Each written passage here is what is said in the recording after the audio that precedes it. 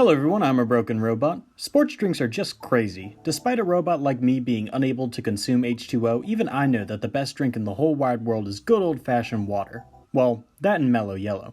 But in all seriousness, despite companies like Powerade, Gatorade, and Body Armor all having relatively good sales numbers for soft drinks, no one could have predicted just how high the demand would be when the sports drink Prime hit UK markets back in January of 2022. The brand was spearheaded by disgraced YouTuber and C-list boxer Logan Paul, who was looking to use his recent string of boxing victories to jumpstart his floundering influencer career, now with the persona of an athlete and not a douchey trust fund baby.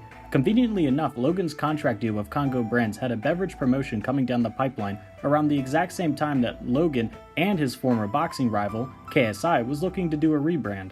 As an elaborate publicity stunt, Logan Paul partnered with former boxing rival KSI and combined their brands in order to not only take advantage of both Logan Paul and KSI's status online, but to also help the drink break into not just the US but also the UK market. When Prime first released, it sold out within 3 days, and the UK supply of Prime dried up immediately. Demand was so high that British content creator KSI was forced to make multiple online statements claiming that he isn't personally involved with the production chain due to just how frustrated some fans were getting. Later in June, when Prime launched in the United States, while it did sell impressive numbers for a non-Coke or Pepsi branded soft drink, it didn't even scratch the numbers Gatorade and Body Armor were getting. In fact, Body Armor, a rival sports drink company, already sold sports drinks infused with coconut water and immunity vitamins. While KSI and Paul's name were attached to the Prime brand, the late Kobe Bryant's name was attached to Body Armor, as well as the story of him founding the company to help out fellow basketball players who were unhappy with Gatorade.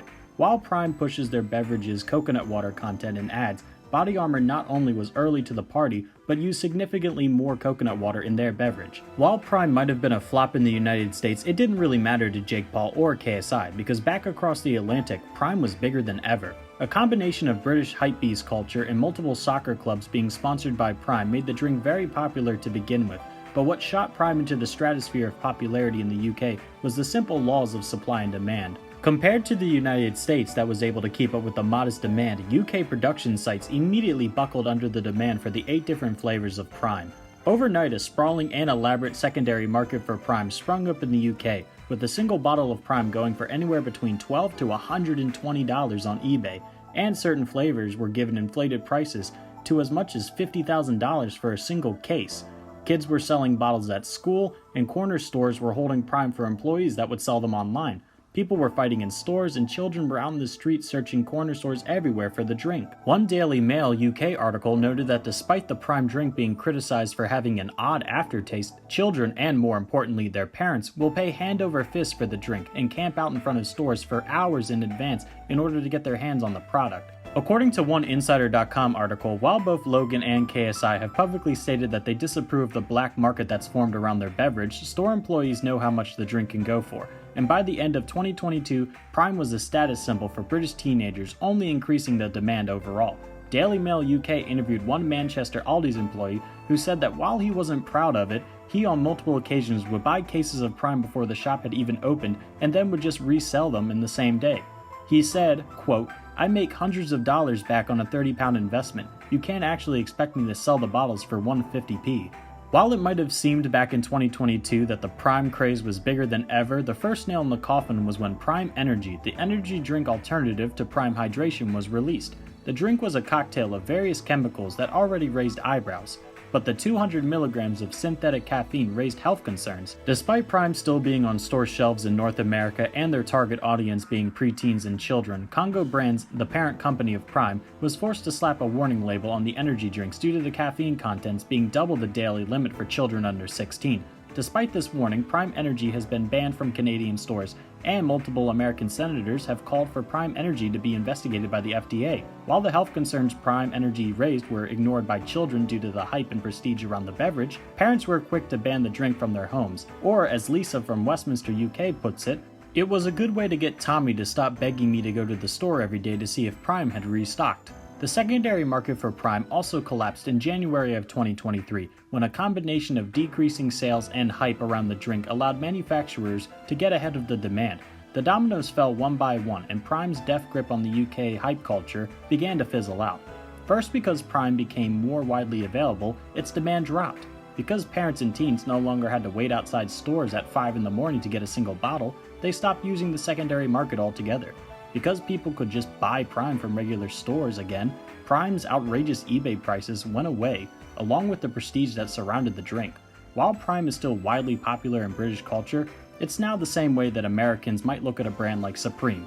Yes, the brand alone should mean something, but most people have already moved on. Besides people who enjoy the actual beverage and young children that just want to attach themselves to Logan Paul and KSI's name, nobody really cares about Prime anymore.